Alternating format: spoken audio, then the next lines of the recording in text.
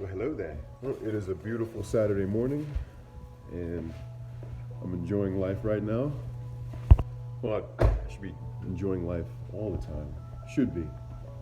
But today I got a little bit of car business to take care of and some errands to run. Also, I have an update for the R33. So, the vehicle was shipped or picked up on 23rd July. As you saw, the little quick clip that I provided. So it was picked up with the confidence that it would be shipped within the week, or within the month at least, of July. Before I came back to the States, I learned, or I was told, that the vessel that was supposed to pick the vehicle up skipped the schedule, so it never came to the port of Incheon, or Korea. So they said it will be shipped on Tuesday, which was the day before I left. So a good bit of time had passed. I was getting ready to leave with the thought that my vehicle was already on the way, and then, man, I'll hopefully meet it here as I got here. No, that didn't happen, but it's okay. It happens. As long as it's on the way now, which I received confirmation, and a date of the arrival, which is in October. But it's okay. It is what it is. It takes time, and yeah, just gotta wait. However, the rest of my stuff came, my bags that I shipped, and within the shipment, I'm excited for this. Well, I'm not excited, but I'm so happy I still have them. But the floor mats, man, look at that. Look at that. Look at that.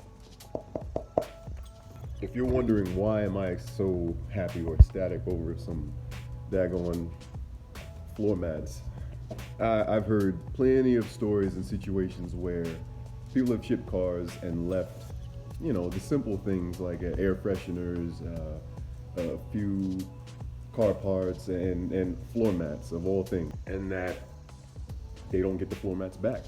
Somehow, some way, someone took them. So at one point, upon the transport, somebody took their floor mats. So I'm not trying to have the same thing happen to me.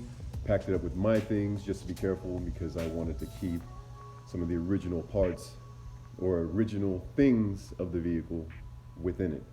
And yeah, I don't know what other kind of floor mats would look cool or not. I have not really done any research, but I've seen those, and they're genuine Nissan parts, and I'm pretty sure it's another piece of Nissan parts that would be expensive to find. So I try to keep certain things original, and that's one of them. So before I jump into the ZL1, I'm gonna run some errands, detail the charger because it's in need, and then we'll get to it.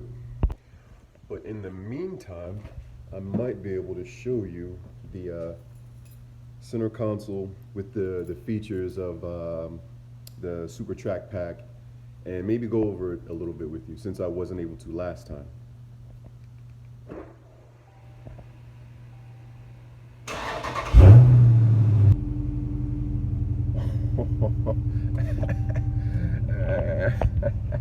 Yeah. Now that the center console is finally on, I'm going to activate the sport mode, and up on the dash it will take off traction control, tighten up the steering, and it'll be running on all 8 cylinders at all times.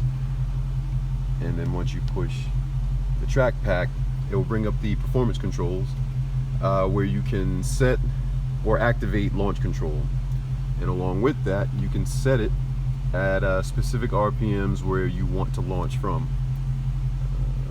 And for drive mode, it shows you exactly what's activated once you activate sport mode.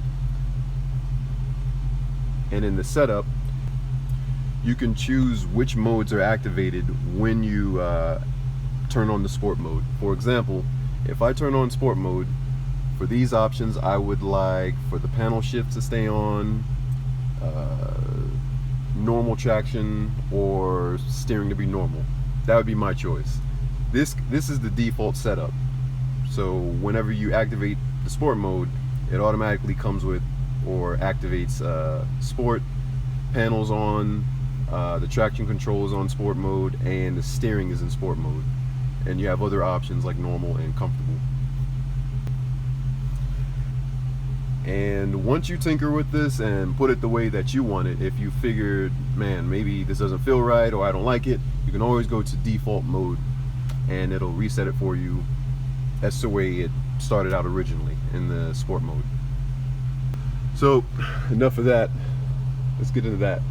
Okay, so we have the 2012 ZL1, which comes complete with 570 horsepower and a 6-speed manual transmission. And it's supercharged. Did I mention that? I don't know if I did. Quick walk around. And one of my favorite features about the ZL1 to make it stand out is the quad tip exhaust, and of course the badge, and I debadged the logo from the rear. And also got the replica, I think those are Z28, and it's been a while, but I like that style, so I went with that set of rims, with those set of rims, instead of the OEMs, which were alloy. And something else that makes the ZL1 stand out from the other Camaros is the front bumper with the fog lights and the grille, or the bottom portion there, and the lip, as well as obviously the hood, which is functional, by the way.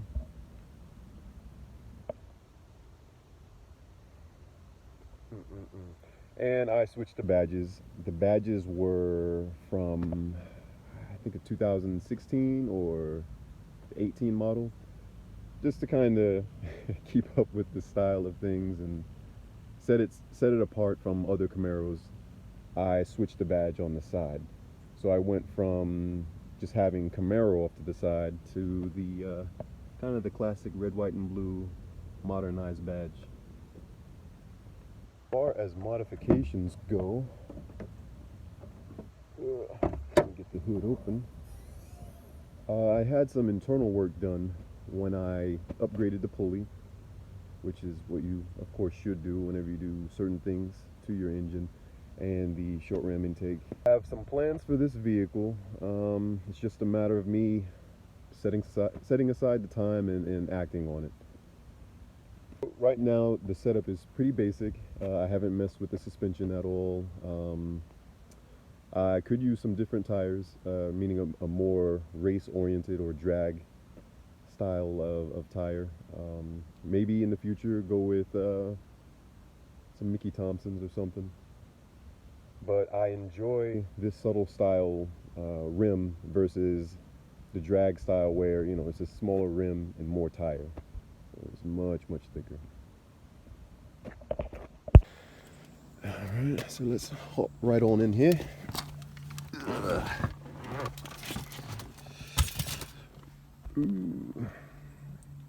So I had to search high and low for this thing to make sure I found a model that was stick, had the screen, and also the sunroof. That was key. So the key to finding this was actually patience. I would always see a certain model, I'd be like, ooh, that one looks great, that one looks good. But it wouldn't have the sunroof, or it wouldn't have the nav system. So I waited, and then one day. So patience was key, waiting it out, and a better option came. So I'll just show you a little bit of the extra things this came up with. One of my favorites, as you can see, the heads-up display. That's awesome. I've never had anything like that. Like I said before, I'm easy to please when it comes to cars, but I wanted to do this right and go for the things that mattered to me, like having a heads-up display, definitely a manual transmission, nav system, and the sunroof. As far as the gauges go, I believe this was more of a carryover from the old style Camaros, where the gauges were down here.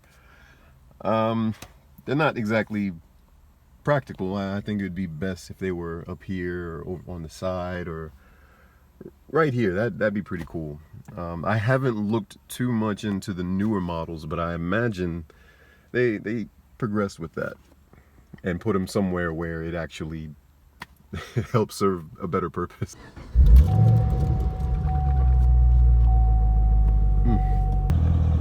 Even for stock exhaust, she sounds pretty damn impressive.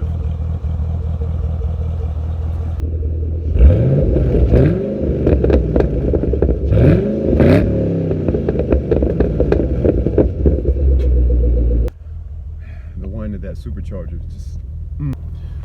All right, so when it comes to the performance of the ZL1, you have different modes in this one as well.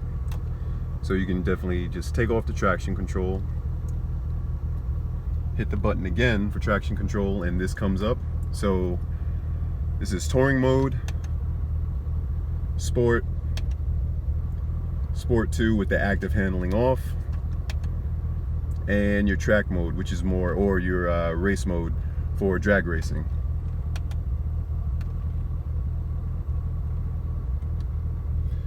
And when you cycle through that, it'll just turn it off for you. Actually, no, it'll go, what, through...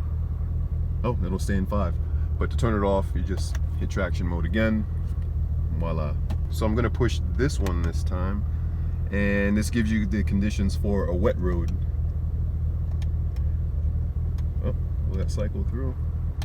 And it'll go back to dry. So you can't do anything else in wet mode, like sport and track. Only touring, and that's for just your daily driving. So for right now, while I drive, I'm going to activate the sport mode. It'll be active handling with suspension and sport.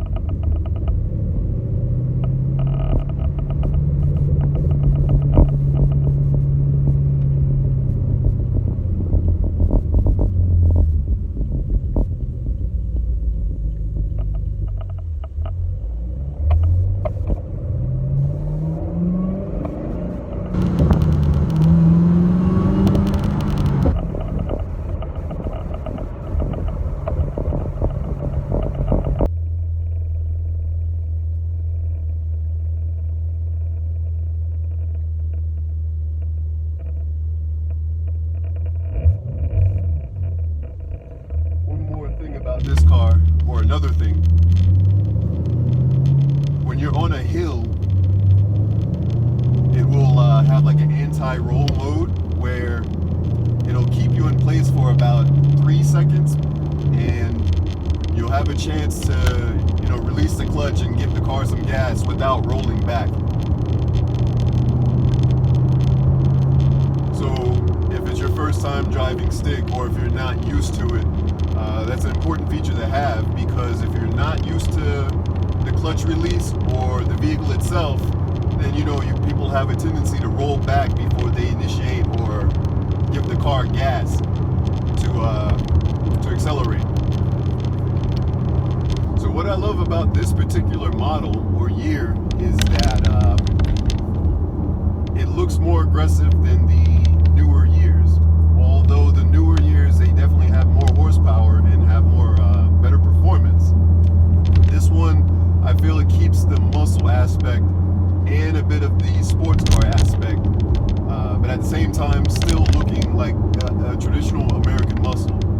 The newer ones, I believe, in my opinion, look completely like just sports cars that have V8s, which is, not knocking them. It's just, my preference and cosmetics.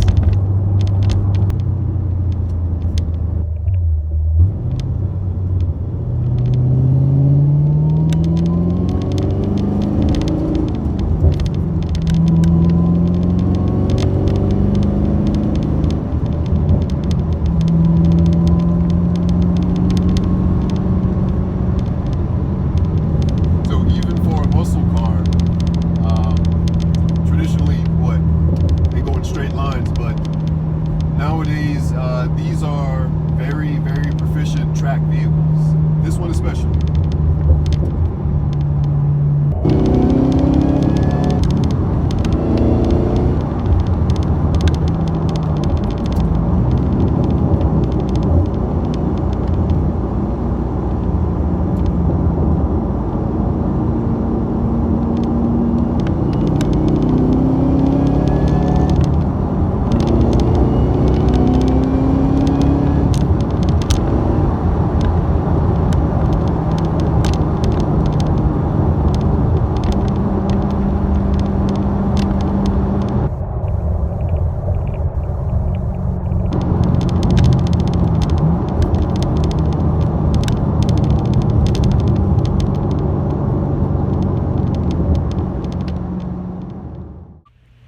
go. Just gonna do some unboxing here. Some of my packages arrived while I was away. Dem north.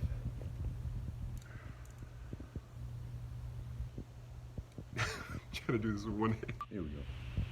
Yeah. Alright. The coil packs for the Skyline. I was in need of some.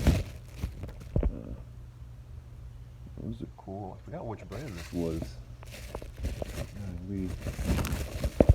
See, that's the issue. There was so much shit in the military, stuff in the military.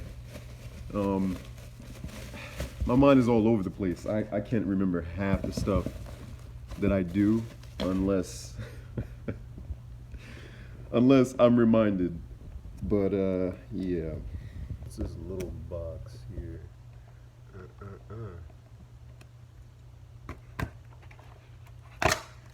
Jeez. And yeah. Mama, we made it. Mass airflow sensor for the Skyline. I needed to replace that as well. So here that is. Cool. Even comes with plastic covers, ensuring the integrity and quality of their product. Thank you. I forgot which company and brand, but I will be sure to add that in the bio. In the description. I keep saying bio. Mass airflow sensor for the Skyline. I needed to replace that as well. So here that is. Cool. Even comes with plastic covers, ensuring the integrity and quality of their product. Thank you.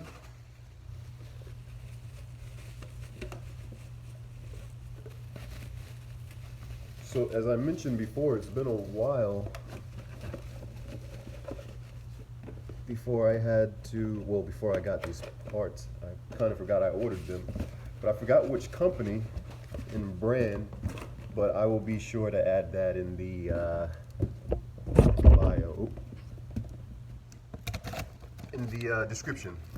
I keep saying bio. Mosquitoes, oh, they're trying. Oh, they're trying. I was searching for a brake kit for the R33. Now these are the pads right here, and this box is already open. I'm assuming, yep. These are the rotors, which are slotted and drilled. So I'm trying to be sure I equipped the necessary parts on it to handle the performance. So I just wanted to be sure to have the appropriate stopping power on it. I'll show you what they look like in a minute. Yeah.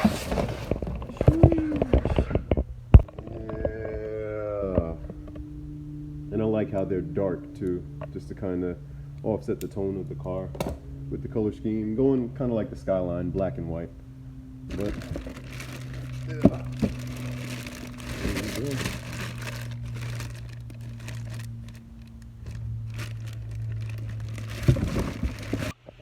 So overall, the ZL1 is a powerhouse. It's an excellent vehicle, excellent performance vehicle. Again, my favorite muscle car of the groups. The Challengers are nice, so are the Chargers, the wide body especially, but this model, this year, is my absolute favorite. Now the goal is to get it to perform like those higher models and the Hellcats and the Demons and all of that. In due time, but for the moment, I'm enjoying it how it is, but I do have plans for it. So that wraps up today. Appreciate those watching, and for those that subscribed, again, thank you very much. It still blows my mind. So stay tuned for any updates and other car content. There was something I wanted to do, something special, since I'm still on leave, and also check out a Cars and Coffee while I have my time off. I just got to remember the schedule. I think it was the third Sunday of each month, but we'll see. It's been a while since I've been to one in this area. Typically, they are pretty nice. Different types of cars, exotics to old school muscle. Stay tuned and take care.